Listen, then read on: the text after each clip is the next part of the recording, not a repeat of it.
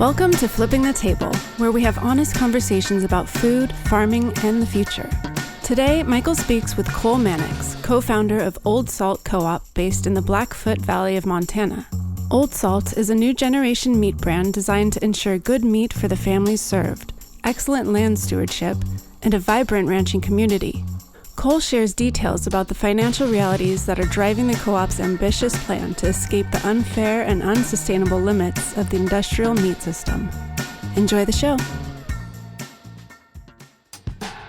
Hello, I'm very excited to share my conversation today with entrepreneurial Montana rancher Cole Mannix from Old Salt Co-op, which is an ambitious and exciting startup meat brand. Cole is among a large number of entrepreneurial farmers, ranchers, and meat processors from across the nation, many with unprecedented support from the USDA, who are aiming to establish viable, regionally focused alternatives to the oligopoly that is the industrial meat system. Now, this is not easy.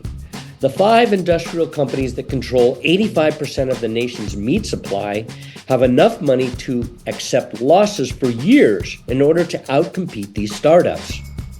But we need alternatives like Old Salt Co-op because our nation is being harmed by the industrial meat system in at least 6 ways. First, on price. The small number of dominating factory meat companies enable them to pay the farmers and ranchers very little while charging high prices to the distributors and retailers who buy the meat to feed most of the nation. Second, these corporations keep us in the dark about the sources of meat. There is little to no transparency, and cheap meat from Brazil and Australia drive down prices for American producers who face more regulations that protect land, water, endangered species, and the workers. Third, these greedy corporations, several of which have been busted for using child labor, suck all the profits from rural communities from which the animals are originated, and they pass the immense wealth generated by meat sales to a few corporate executives and the shareholders. Fourth, grain-fed factory meat contains more LDL, the bad cholesterol, than grass-fed meat, and is generally a product of growth-enhancing antibiotics, which can lead to more antibiotic-resistant bacterial infections. Fifth, industrial meat is from livestock and poultry that lived in unnatural environments and were stressed for long periods, therefore less humane conditions. Finally, the low prices paid to farmers and ranchers makes it harder and riskier for them to change their operations by investing in the training, tools, infrastructures, and research that will reduce degradation of the environment, climate, and animal welfare. So, the meat oligopoly places the burden of repair and cleanup and enforcement of humane animal husbandry on public agencies funded by taxpayers. This also means that good stewards of land and animals must pay to be certified as good. Thus, the best farmers and ranchers are penalized for being good. And that is the context for our conversation today. Cole Mannix and his partners at Old Salt Co-op are the opposite of a greedy and exploitive meat factory. They are creating a brand based on strong values and responsibility for the community and our common future. Cole is part of an extended family that has ranched together since 1882. You will hear about the years away from the ranch and the education that led him to his leadership of a multifaceted meat enterprise. Cole and his team and other entrepreneurial efforts like it will succeed or fail based in part on the willingness of people in this country to become dedicated buyers of regional meats raised in ways that respect the earth, the animals, and the families that raise those animals. I found Cole to be a wonderfully compelling communicator, and I bet you will too. Let's begin. Cole Mannix, nice to meet you. Really glad you could join me today to talk about your venture. Nice to meet you, Michael. Thanks for having me. Yeah. I always like to start with an origin story and let people know where you are geographically and then how you came to do what you're doing now. Yeah, I grew up in Western Montana in the Blackfoot Valley, so that would be Glacier Park, and just south of Glacier is the Bob Marshall Wilderness Complex, and just south of that is this little valley where my family has ranched since the 1880s. So my mom and dad and dad's brothers and their spouses uh, ranched together, the same operation. And then I'm the oldest of my generation of siblings and cousins. And so grew up there, tiny little rural area that's sandwiched between Missoula and Helena. And those Missoula's probably 80,000 people, Helena 40,000, and Helmville probably has about 15 people that live on Main Street. And I was the only kid in my kindergarten through eighth. Most of kindergarten through eighth grade, I was the only kid in the class. So that's how small the little school was. Wow. But I grew up, just ranching and not managing a ranch or anything, but just working on the ranch with my family. And I always thought, I think, that I would come back and follow in Dad's footsteps and just continue doing that. And then the ranch had a policy that we needed to leave for at least 5 years if we thought we might want to come back, even if we thought we might want to come back. So I had no idea what for a career, but I did a year in metallurgy at a little college, and then I transferred and ended up doing a bachelor's degree in biology, still kind of just doing things that I thought were interesting and might provide a broad base. And then I did a bachelor's degree in philosophy, and then I went to Boston and did a master's degree in theology. And I thought I might be a priest. And in the meantime, I had a lot of friends on the East Coast who were curious about the West and about agriculture, about meat and its effect on health, about livestock and their effect on the environment. And I was really interested in social justice. We spent some time and taken little trips one to Honduras that I remember really well, and one to El Salvador. And in both cases, just realized how critical that the way we use resources affects people's lives. And so I started to think about agriculture as so fundamental to, if we cannot avoid spoiling land where we live and where we manage land, the land that supports us, then we're going to be bound to exploit people elsewhere. So I just was really interested in, man, is it possible to have a growth-based economy on a fixed rock? We know on the ranch that you can't. A field, no matter how well managed, has a certain carrying capacity. And so I became really interested in this question of ecological economics. Mm-hmm. How can we make a food system that better supports stewardship? And my dad and some other producers started this company. It was a cooperative called Salt of the Earth Ranchers Cooperative to try and get out of the commodity system. And right about that time, I was trying to figure out what to do after grad school. I was teaching at this little undergrad that I had gone to, Carroll College in Helena, and these guys were starting a cooperative, Salt of the Earth Ranchers Cooperative, and their goal was to get outside of the commodity system, and they were going to use cull cows and bulls, aggregate them, try to sell like a low-cost domestic grass-fed product to the Chipotles of the world was the goal. Mm-hmm. So I went to work for them, started learning how to price cattle.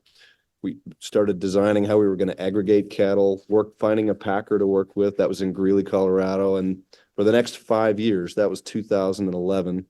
And for the next 5 years, I worked for that and got a bath in the meat industry and a bath in business. And we failed after 5 years. And for me, it was a chance to go and see a little bit different part of the system. I went to work for a policy organization called Western Landowners Alliance. We worked on Farm Bill and Endangered Species Act and state wildlife migration policy. And I got to see from a different end, like some of these enabling conditions that either allow you to make money while taking good care of the land or not. And that whole time I was sort of stewing about how to do meat better the next time. And so during COVID, I started writing a business plan, left that job, and Old Salt Co-op started about 4 years ago now. Cool. That's how Wow. I'm arrived here today. I love the journey. First of all, kudos to your family for saying you got to leave for 5 years and have that experience. I mean, it might be hard. I can imagine when you're a young person being kind of kicked out of the nest, so to speak. But to go do that and to experience the world and go to the East Coast. I did a similar thing. I left California, went to the East Coast. It was really enlightening for me and changed my life. And it sounds like it did the same for you. And I just love the things that you studied. I mean, what a nice mixture of science and philosophy and theology. I mean, what a beautiful set of things to give you a holistic view of the world. So wow, neat story. I love that. And you must have a very cool family. And why I'm interested in the Old Salt Co-op name. Can you just tell us about that? Yeah, well, Salt of the Earth Ranchers Cooperative, that was the failed project. I always kind of liked the principle behind that. Salt of the Earth people, the idea that you could that people can enhance landscapes like salt in a recipe, but it was too much of a mouthful. So we shortened it up, and it's just culinary enough that it works pretty well with meat. And so it's really around that aspiration to be Salt of the Earth is the aspiration, actually enhanced creation by being in right relationship. Mm-hmm. Good. That's cool. I like it.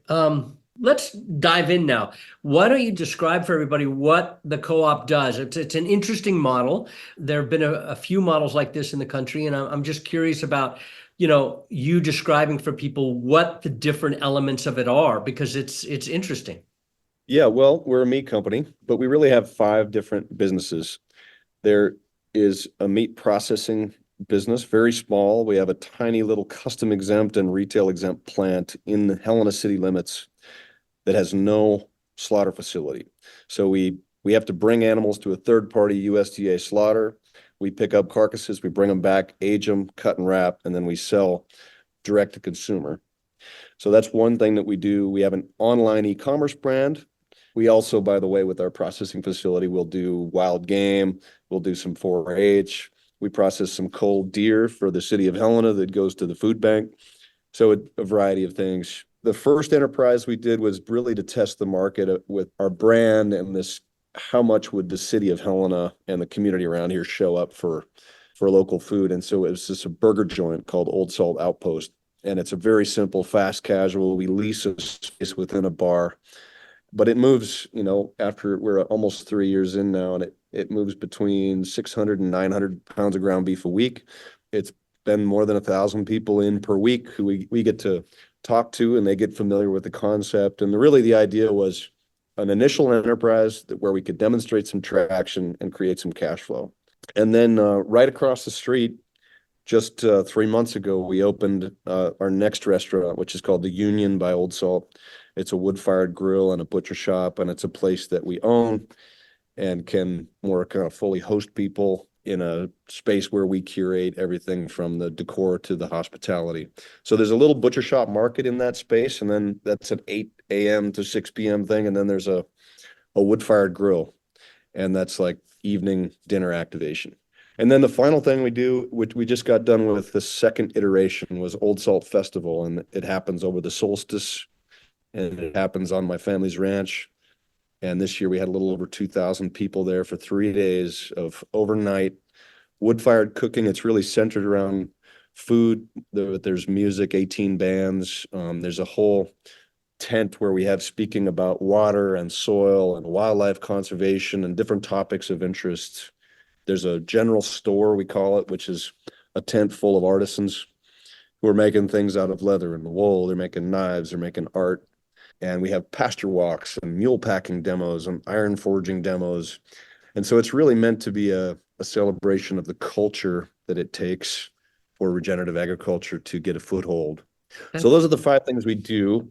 Mm-hmm. And what we really our North Star is to return more value to the stewardship of land. And so we're trying to take the value that is in the supply chain and shift as much as we can towards the producer, while still making sure that we treat workers well, and that obviously investors have to make sure that it makes sense for them too. But we started life as a cooperative association. It's a Chapter 15 Montana Cooperative Association. And then we realized that we were doing too many things.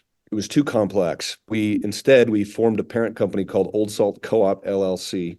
And that LLC, we built cooperative principles into its operating agreement. And so the major way that Old Salt is different is that First of all, the board is controlled majority by producers and the producers that supply Old Salt by rule. And then second thing is that once we have paid off investors with their preferred return, about half of the distributions from the parent company, so from all the individual enterprises, go back to the producers pro rata. So they sell their animal to the company, and then down the road, if we've paid back the preferred return to investors, then the producers can share in a significant portion of the margin from the restaurants, the processing enterprise, the brand itself. And I think that's a big part of our value set, is that regenerative agriculture is not magic. It's not you choose, are you going to do regenerative practices? Or are you going to do conventional practices? Choosing to do regenerative is you've got to have ability and aptitude, and then you got to stick with it over time and iterate and suffer. And, it's hard. And so you don't just choose to do it, just like you can't just choose to be a amazing piano player or whatever. You have to cultivate, this way of making yourself into someone who can manage complex ecosystems and still be agriculturally productive. And that takes money.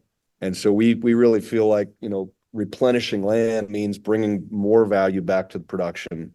It doesn't just mean choosing this in a binary way, like, oh yeah, of course, I would prefer just to choose regenerative agriculture. You really have to feed it with resources in order for regenerative agriculture to actually happen, to take effect. Mm-hmm. So that's interesting. So all the ranches that are a part of the co-op, they're practicing regenerative. They're in this journey of regenerative. Yeah, of course. Yeah. So I would say that, we say the one-liner about Old Salt is that we are a regenerative agriculture for damn fine Montana meat. And that might sound odd, that kind of wording to people, but we really think that I don't like to talk about just regenerative practices, because by themselves, they're not enough. If tomorrow all the farms and ranches in the country were the LeBron James of agriculture and they were all incredible managers, the extractive food system, the rest of the whole that they sell into, would eventually put them out of business. Right. Or drive them to not be regenerative anymore. Right. And so, yes, the ranch, as you know, the regenerative is a spectrum, but yes, the ranches are all, whether it is working on to restore beaver habitat in the uplands, in our part of Montana, none of our producers are crop raisers. Mm-hmm. It's almost completely livestock. So sheep and cattle primarily, with some hogs. One of our producers raises a couple hundred hogs for us every year. But we're talking about 5 members right now, 5-member ranches, about 300,000 acres of under management of private, public lease, and private lease. Mm-hmm. And so maybe 6,000 head of cattle between them. And Old Salt only moves about 5% of what they all produce. They're primarily dependent still on commodity markets, and our North Star is to provide as much alternative as we can by building a brand that can move product. Mm-hmm. That's good. That's smart. I mean, you've named all the real challenges. You can be a great land steward, but the market's going to kill you if you don't have your own market. And basically what you're doing, it sounds incrementally building your own market to get more and more of that percentage of those 6,000 head, so that in time you have a nice revenue stream that's paying people a premium for doing their good work and allowing them to invest in the way they need to. And, one of the promises of regenerative that I do hear is that eventually you arrive to a place where you have much less inputs because you've got the system up into its dynamic equilibrium, so to speak. Are you one that believes that's possible? I mean, I know you got to upgrade, your fencing and your water systems. So there's always investment. You got to pay your people. Now you have a set of businesses that are going to need continuous investment. But are you one who believes that over time you're going to be having to invest less in the stewardship and more in the infrastructure, so to speak? Well, I do think that you can get the ecosystem to a place where you are using less inputs and it's more productive. I've seen that. For example, we've, over the past, on my own family's ranch, over the past 10 years, let's say, on 3 different pivots where we intensively grazed during the summertime for our grass-finished beef program, when we took fertilizer out of the equation entirely, we saw a decrease in production for a few years, but the intensity and then the rest that we were able to get, now we're more productive than we were at the beginning with no fertilizer. Yep. It's a very specific circumstance. In this case, we're using flood irrigated water that comes from a reservoir that is then gravity fed through these pivots. You've got a lot of water. Our area, we've got, if we're lucky, 60 days of growing season. And the uplands, we're basically, the Blackfoot Valley is the bed of an old lake, basically. And then the shores of that lake are the sagebrush upland of ground that we manage. And that ground takes an incredible investment in water infrastructure in order to graze it exactly the way you'd want to. And some of that investment in water infrastructure we're doing as we speak. But still, its metabolism burns slower, especially the west and south facing aspects are going to be drier. Its metabolism is only so high. And so I do think that, particularly with degraded land, you can fill up that sink, but there's an asymptote that you reach in efficiency. I don't believe that regenerative agriculture is this thing that allows you to get blood from a rock. Yeah. It's not magic. You still have to capture energy, and energy doesn't come from nowhere. And I think it will always take thoughtful management, and thoughtful management can only be done by human beings, and human beings only have so much management. And so I think it is as much a human solution. We talk about the solution being more eyes, like eyeballs per acre, because observation and iteration and talent applied over time. It's really, it's a craft, it's an art. And that means that part of stewardship is always going to be making sure that those human beings can make a living.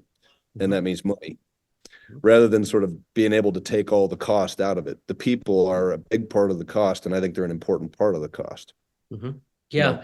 Yeah. Well said. I like that analysis. And I think it's true that the thing you said about perception, one of the things that I think is really interesting about all of agriculture now is this deepening of our perception. Part of it is science, part of it is the environment's forcing it, part of it is the increase in consumer demand to understand their food, and the ranchers and the farmers are part of that dialogue of telling them about that food. So I do deeply appreciate the increasing focus on perception, really trying to understand. It's almost like an indigenization of agriculture. Like we're going back to the deep perception that a lot of the indigenous population had to have in order to survive.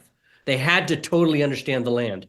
Absolutely. And it's a different way of perceiving, like you said, and valuing the rest of the living world that we're a part of. And so Old Salt says land is kin, and we see that as, that's our sort of tagline. And we see that as really an indigenous value set, not just an indigenous American value set, but really a value set that can be found in different cultures across the globe. There are people who see the other critters and even the natural systems as being more siblings, more mother, more father than thing and asset. And I think that's really critical. There's just a fundamentally different way that you relate to something that is a thing and an asset than something that's alive and something that is sort of kin. We hope you're enjoying the conversation. If you are, please rate our podcast and offer a review. Your voice will help us grow our listener base, which helps us sustain the funding to share these conversations with the people and organizations shaping a more just and regenerative future. A future in which the food and farm businesses are helping to solve the largest challenges of our time. Let's talk a little bit about what you're hearing from your customer base. Are you feeling encouraged by the growth? Are you feeling that you're getting to where you want? The pace of growth, is it, are you satisfied, or do you need more, or how are you on all that?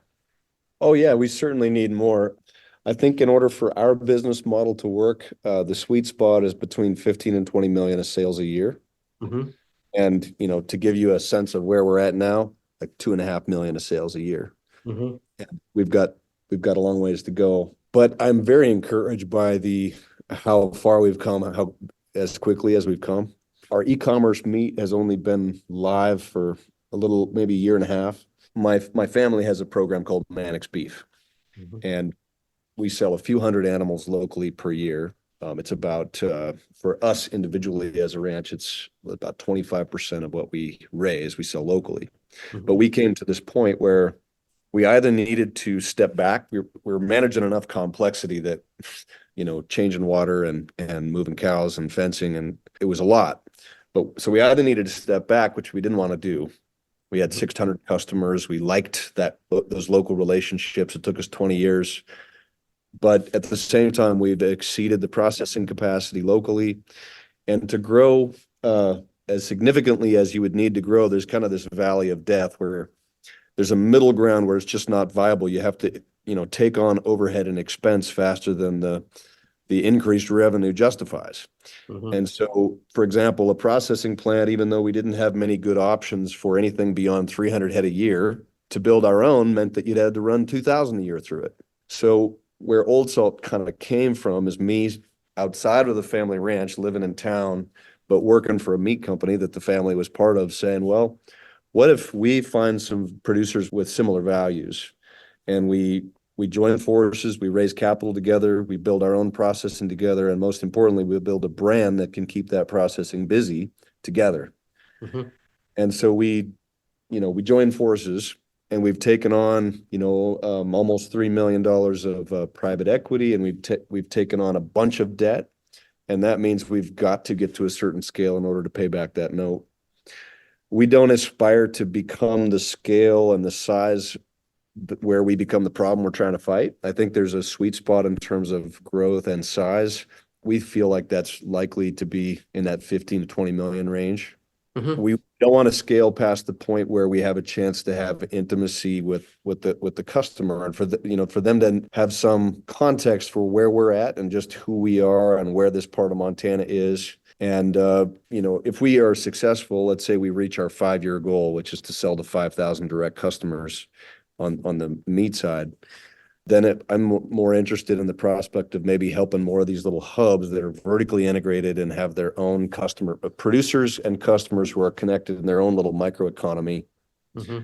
I think we're more interested in that than getting to 50 million in sales. We are in the process. The other thing we're doing right now is that we bought a property in March to build a new USDA facility, which we don't currently have. So I have a grant, and I've applied for more federal financing, and we'll have to raise more private capital to get that little facility up and running about 20 minutes north of Helena, where I'm based. That facility, probably 2,500 head a year, is its sweet spot. And so getting it up to capacity, I think our own brand would ideally makes up at least half of that. And the rest comes from third-party farms and ranches nearby who have their own brands. Yeah, that's ambitious. I like it. You have a 5-year plan, and then you'll start to, this is kind of the success story you're beginning to tell me, is like, you'll know when you're up to 2,500 and you hit 15 to 20 million in sales, you'll be able to say, okay, we achieved our goals. We've become successful in the way that we envisioned. Well, those are the levels of gross sales that I think it will take. But the real measure of success will be, are we returning $300 to $400 per beef equivalent more to the cow-calf producer than their best commodity alternative? And for me, the goal beyond that is I want to triple ranch net income for the ranches near me. And I think that's achievable. The first way it's achievable is to get the existing livestock they already sell outside of the commodity system and sell to our own customer base and make them essentially a stakeholder in each part of the margin in the process. The second thing is that I want to take these were historically sheep ranches. And my family's is a good example. We were a sheep ranch until, I want to say about the war, and then cattle since then. The last 15 or so years, we really struggled with knapweed, and we treated that knapweed with Tordon up until about 15 years ago. But we started bringing in sheep. We got a grant from the Sheep Institute, and we found somebody that owned first it was goats, and later it was sheep.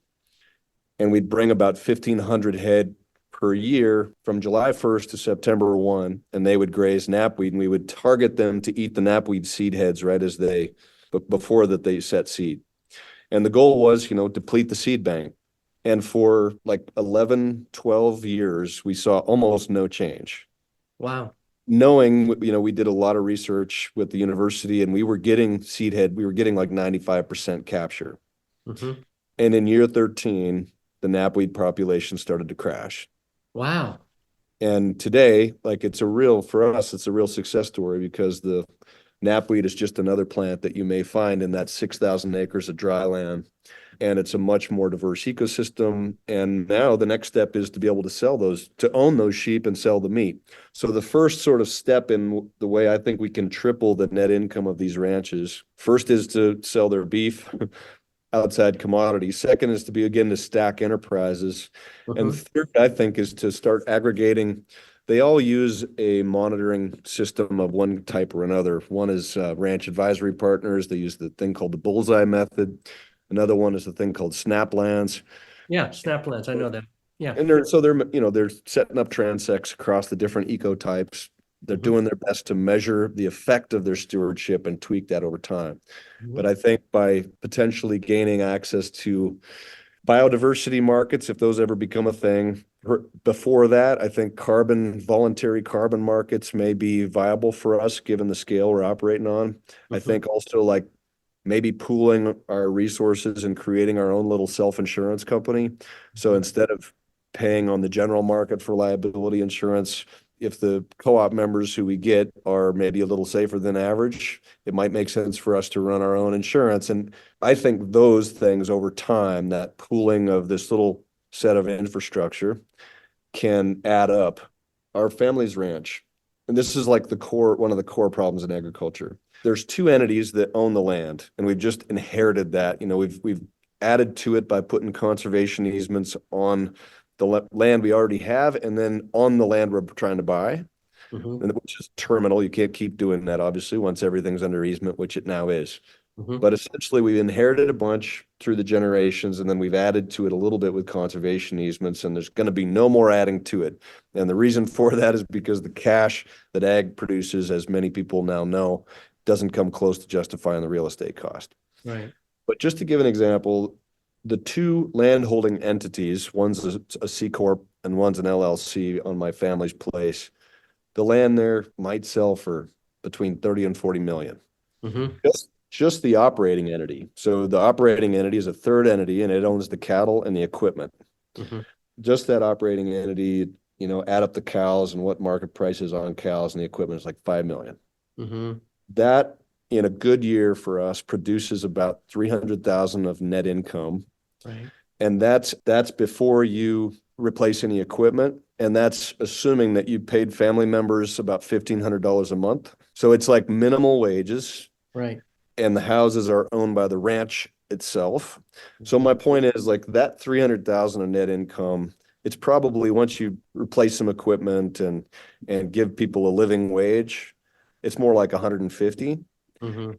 That income will never buy even the operating entity for 5 million, right? Right. Even with a 30-year loan at 2%. Right. So the core challenge in keeping these places intact and not just have people cash out and give up Right.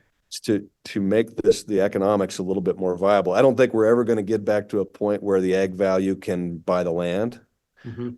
But man, instead of 300,000 a year, I think 900,000 a year makes it a much more viable. And I Yeah. think this little vertically integrated company might be able to make some big steps towards that.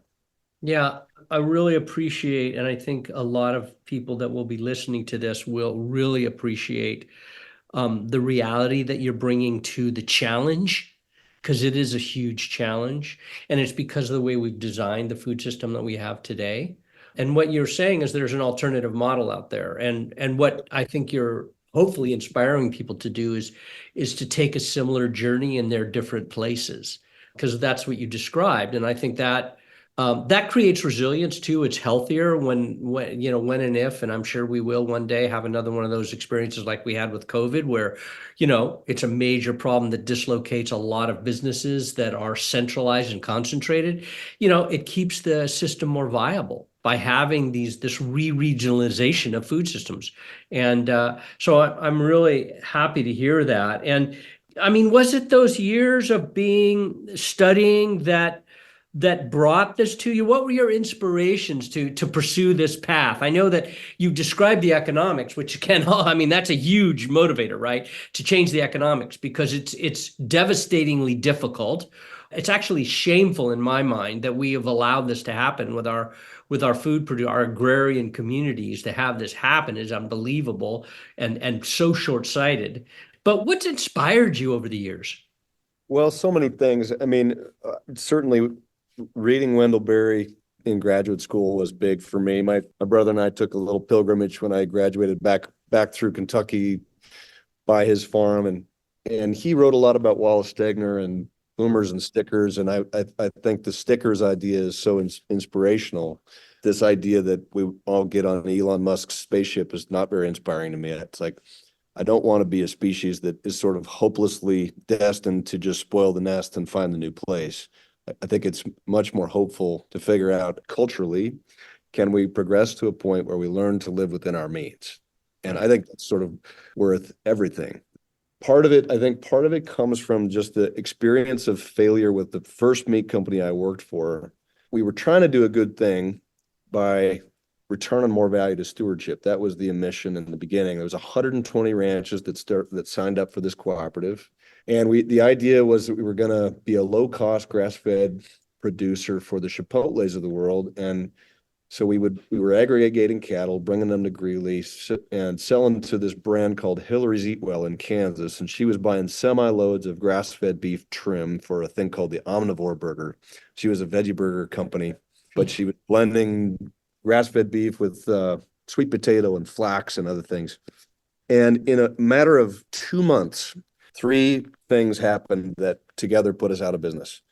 One, country of origin labeling was repealed in Congress, and we lost our sort of low-cost domestic value proposition because domestic didn't mean as much. We're not going to be a low-cost producer overall. That would go to Australia or Uruguay. And second thing, our packer had a heart attack and died. Oh, shoot. Wow. Relatively small facility, but he had 2 things, a slaughter and a grinding facility in Fort Morgan. And his wife called me one day and she said, we've got to sell that facility. And so that happened. And then the third thing happened was that our major buyer, Hillary's Eat Well, her majority ownership changed and the new board sort of took things in a different direction. And so almost overnight, we didn't own anything. And so we didn't have a lot of risk. We were just sort of a virtual brand. But at the same time, it didn't feel like local food to me. And it wasn't resilient because I was still on the phone with somebody in Greeley talking to them about the storage warehouse near Denver where pallets of our meat that I'd never seen, where I was trying to represent those same pallets to a buyer in Meridian, Idaho. And that's not local food to me. Yeah. And the opposite of what we were doing there is rather than being this brand that tries to convince people because you're grass-fed and don't have growth hormones and some certain attributes, trying to convince them to buy our brand rather than somebody else's because of a certain set of claims on labels. Mm-hmm. The opposite of that is to really just take a risk, stick your neck out, and own a bunch of brick and mortar closer to home and get to know customers who are much closer to you and who have a chance of knowing you. And it's risky because now you own brick and mortar and you could fail. And now you've got a bunch of employees and you could fail. On the other hand, it's tremendously rewarding because now you're working with real people that you see every day and who you can see the impact on their lives. Today, we have a little over 50 people. And I can't claim that, hey, we're successful and we're still a startup, but we actually have a fighting chance. And I can see the impact in my own communities. And when our customers are curious about what makes you different, I can point them to the exact landscapes where the animals are being raised. It's as traceable as it gets. And the festival allows me in particular to have an annual event that I can point to that's held on one of those ranches and gets a couple thousand people out where people are actually smelling the soil and actually seeing the valley and seeing the little riparian areas and being able to judge for themselves, is this trustworthy, rather than trying to use a label and claims to essentially sell through the same commodity channels that are extractive, just a shinier product. Instead of just putting a different grass-fed product and thinking that the product is the thing that is fundamentally different, it's the entire system that has to be fundamentally different. And so that's why in this iteration, I felt like it's not enough to just change the product, and it's still not enough to change what's happening on the land, but you actually have to rebuild the entire little micro food system that can sustain you. And the whole thing has to be regenerative because there's no such thing as anything regenerative in a vacuum. Like it's the system that's either healthy or not. So yeah, I guess how shallow that first business, there was many good intentions, a lot of good people, but the business model itself was the opposite of resilient. And I think it wouldn't have made, even if it would have worked, it wouldn't have been systemic change. Mm-hmm. Yeah. Yeah, I can see that. And what you're talking about, the slow food movement uses this idea of food community. You're creating a food community, a community of people who are related. And you used the term earlier, I noted this intimacy with your customers. And the thing that I think about with intimacy is that there's a shared vulnerability Yeah. in intimacy. And so you're vulnerable because you're dependent on them, but they are vulnerable because you're their source of meat and they are trusting you to deliver to them something that they truly want. So Mhm.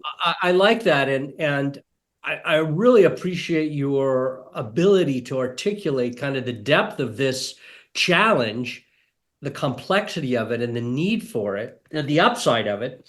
But you're living with risk. But you said something. You're loving your life right now in a certain way, it sounds like. I mean, it's meaningful work. Yeah, absolutely. I think the status quo feels riskier than almost any risk that that we could take on. And living with this existential angst, like the world's going to hell in a handbasket and you have no control over anything, is very hard. So it feels good to, even if you don't, I'm not going to change the world. Nobody by themselves is, but if you can find a little area within your zone of influence where you feel like, hey, this little thing can make a difference to my community in some way, in my context, the things that I can see and touch, my limited capacity, I could see how this helps make this little community a little bit more stable and resilient. That's very freeing. And at the festival, one of my heroes, Fred Provenza, gave I think maybe what it is his last talk. He said that, we do need exercise and we do need good nutrition, but one of the things that we also need is community and connection to other people, and we need meaning. So we don't live by bread alone. And I think that's one of the things that the industrial way of thinking about food as just this input that we need. And if you just change it and make it a better input, then we're going to be healthy all of a sudden. But it's far deeper change than that. And so I was inspired by how Fred speaks about becoming communities again, like all across the country. That's not an industrial process. No, It's no, there's only it's a one. biological, cultural process. Uh, Right. and that's the whole problem with industrial food systems is that they don't appreciate that I mean, food is a biological process and it's a biological paradigm. It has to be if it's going to be healthy. And industrialization is all about elimination of diversity, which is the opposite of what evolution and healthy ecosystems need. They need diversity. So it's just never was. I mean, I understand how they ended up there because people were looking how to make there were people that were really focused on maximizing profits and they developed a system that maximizes profit, but there are a lot of downsides and Mm. rural communities have really experienced those downsides all across the United States. And what you're doing is really important because it is that rebuilding of community, which is what our country needs right now. I mean, we are so polarized, it's absolutely insane. And part of the reason we are polarized is because we have exploited big pieces of the country. I Yeah. believe we have exploited the Midwest, particularly, and the South, and rural communities in California. I mean, it's a bummer, and I'm hoping that the approach that you're taking as things get more intense, as I think they will. I just lived through a week of over 100. It was 117 here the other day. I mean, that is insane. And it's not sustainable. We've got to deal with it. And I really am hoping that the work that you're doing and other people are doing it in other places around the country, it is happening. It's like little seeds and they're Yeah. popping up. And eventually, hopefully, they will impact the whole country so that we can get back to something that's more viable and more enriching, really enriching. But I want you to talk about how people can get to your meat and your products and come to your festival next year. I might even try and do that. I have a cousin that lives in Redfish, and I need to get over to Montana, so I'll join you. So share with people how they can get a hold of you and get your products. Yeah, they can find us at oldsaltcoop.com. And so co-op is the only nuance there. But if you Google that, you'll find it. There's a page for our meat products. There's a page for our festival, which happens every year now on the solstice. It's a 3-day festival in the Blackfoot Valley of Western Montana on my family's place. And we just did agree we're doing it again. And so I'm very excited about that. It's really kind of a unique event. And then another great way for people to get to know us, if you're within striking distance, is to come have a meal at the Union by Old Salt downtown Helena, or at our burger shop, The Outpost, right across the street. And if you want to reach out and visit with me, just send an email to Cole, COLE, at oldsaltcoop.com. CO-OP is the co-op part.com. Great. Well, Cole, it's been a great pleasure. I really wish you all the best in this very exciting venture. And that front page article in the New York Times was awesome, or that big article in the New York Times, which I saw, and Doris actually saw and said, hey, you got to look at this. And I did. And that's how we all came together. And really, really appreciate your good work, and look forward to future contact. Well, thanks for having me on, Michael. It was great to visit with you. Thank you for listening. Roots of Change is a program of the Public Health Institute.